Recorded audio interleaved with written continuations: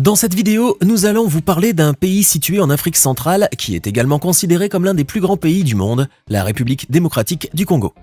Vous avez peut-être déjà visité ce pays ou bien vous en savez pas mal de choses, mais aujourd'hui vous allez découvrir beaucoup d'autres informations sur la RDC.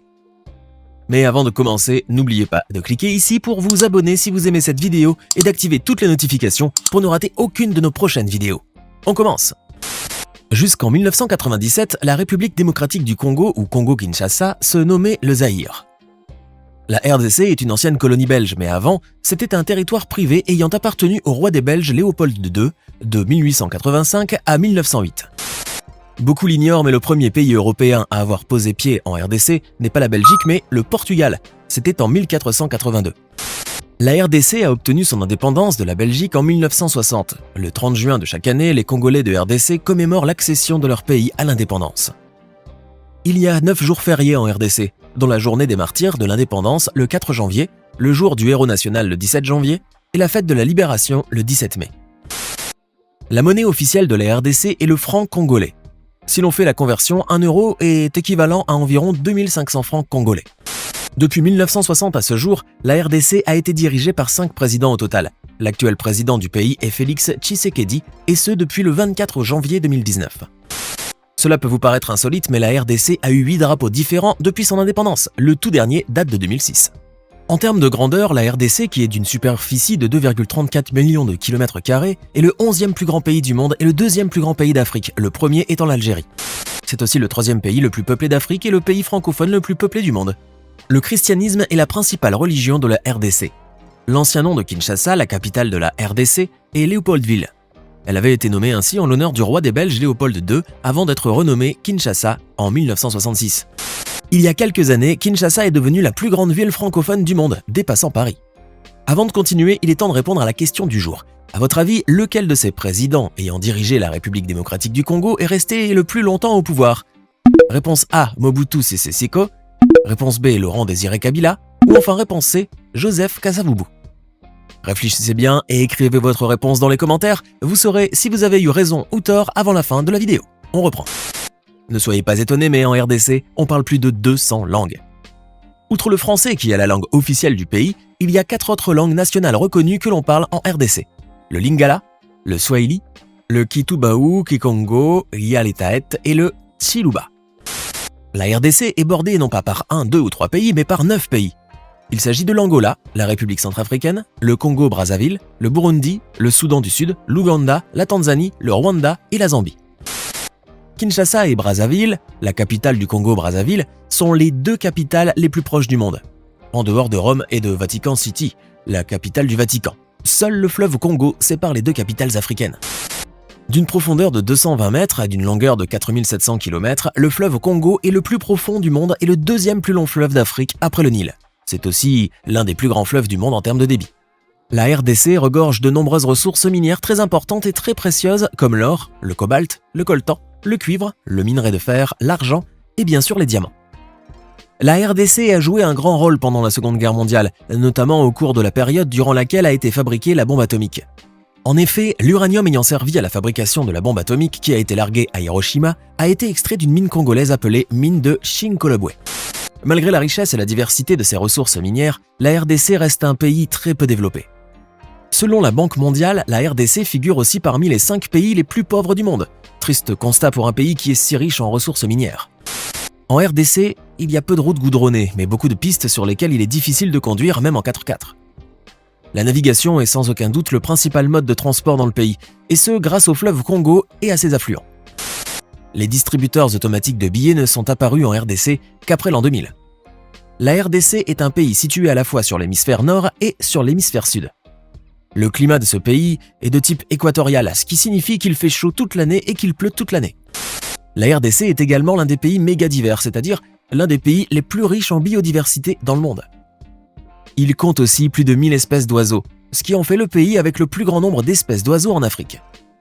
En RDC, on peut encore trouver des gorilles de montagne. Toutefois, le pays abrite une espèce de gorille endémique, le gorille des plaines orientales, une espèce qui est en danger critique d'extinction. La RDC est le seul pays au monde où l'on peut encore trouver le bonobo, une espèce de primate proche du chimpanzé à l'état sauvage. Ne soyez pas trop surpris, mais en RDC, il existe un orphelinat pour les chimpanzés. La forêt équatoriale de l'Ituri, qui se trouve au nord-est de la RDC, est le seul endroit où vit l'okapi, ou la girafe des forêts à l'état sauvage. C'est en RDC aussi qu'il y a la plus grande fréquence d'orages dans le monde. La RDC est bordée par le côté atlantique, à l'extrême ouest. En revanche, son littoral est l'un des plus courts du monde puisqu'il ne fait que 37 km. La deuxième plus grande forêt tropicale au monde, après la forêt amazonienne, est la forêt tropicale de la RDC. Durant les années 70, l'ancien président zaïrois Mobutu Sese Seko a fait construire un immense palais en pleine forêt tropicale. Le Versailles de la jungle, comme on l'appelle, ou plutôt ce qu'il en reste, se trouve à Gbadolit, le village d'origine de la famille de cet ancien dirigeant. Le parc national des Virunga, qui se trouve dans l'est de la RDC, est le plus ancien parc national d'Afrique. Il a été créé en 1925. La RDC compte 5 sites naturels qui sont classés au patrimoine mondial de l'UNESCO. Il s'agit d'une réserve faunique et de 4 parcs nationaux, dont le parc des Virunga. La RDC abrite le 3e plus haut sommet d'Afrique après le Kilimandjaro et le mont Kenya. Le mont Ngaliema, appelé aussi mont Stanley, est situé à la frontière entre l'Ouganda et la RDC. Son altitude est de 5109 mètres. Il y a 4 à 5 volcans actifs en RDC. Le mont Nyiragongo, qui est aussi connu sous le nom de Général Nyiragongo, est un volcan actif et l'un des volcans les plus dangereux du monde. Il se trouve à l'est de la RDC et son altitude est de 3470 mètres.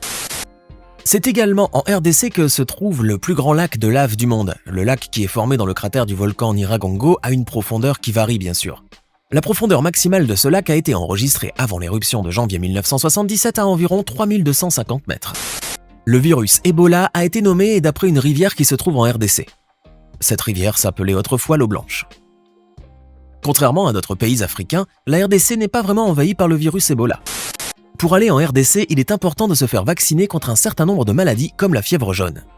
Il y a 2 fuseaux horaires en RDC, GMT+1 et GMT+2. Cela veut dire alors que l'heure n'est pas la même dans toutes les villes et dans tous les villages de ce pays. L'espérance de vie estimée en RDC est de 59 ans pour les hommes et de 62 ans pour les femmes. Les pygmées sont une population qui se caractérise par sa petite taille et qui vit dans certains pays d'Afrique, dont la RDC.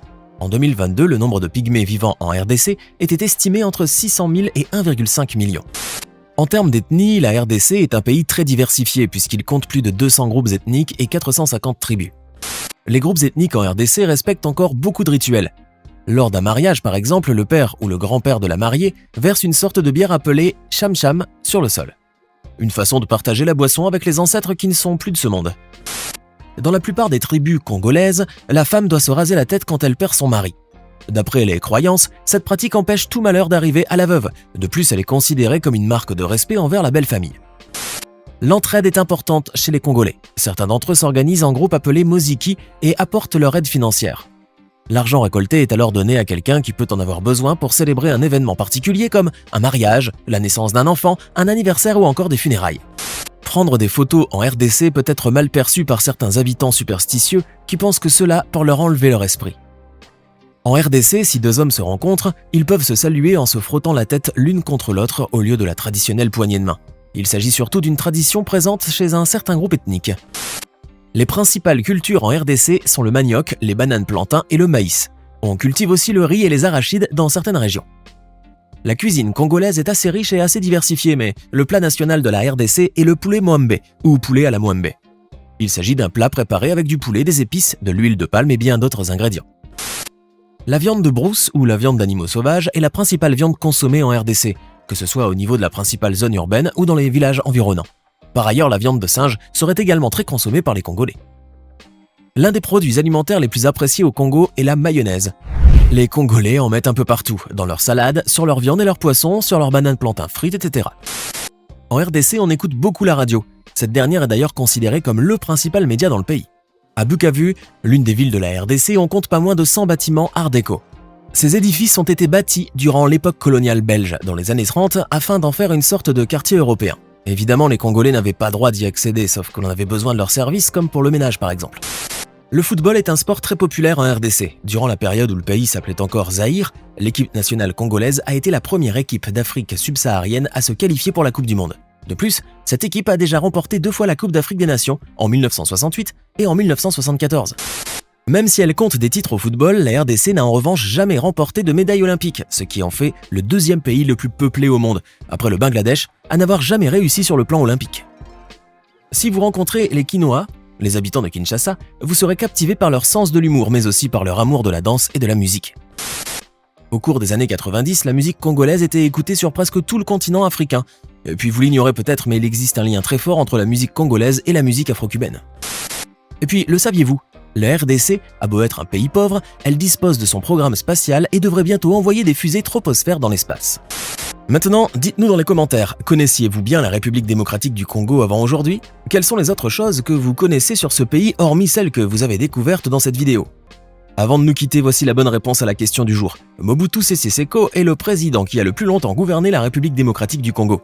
Son mandat a duré de 1965 à 1997, soit 32 ans. Si vous avez écrit la réponse A, vous avez alors parfaitement raison. Bravo. N'oubliez pas de vous abonner et de cliquer ici pour regarder une autre de nos vidéos.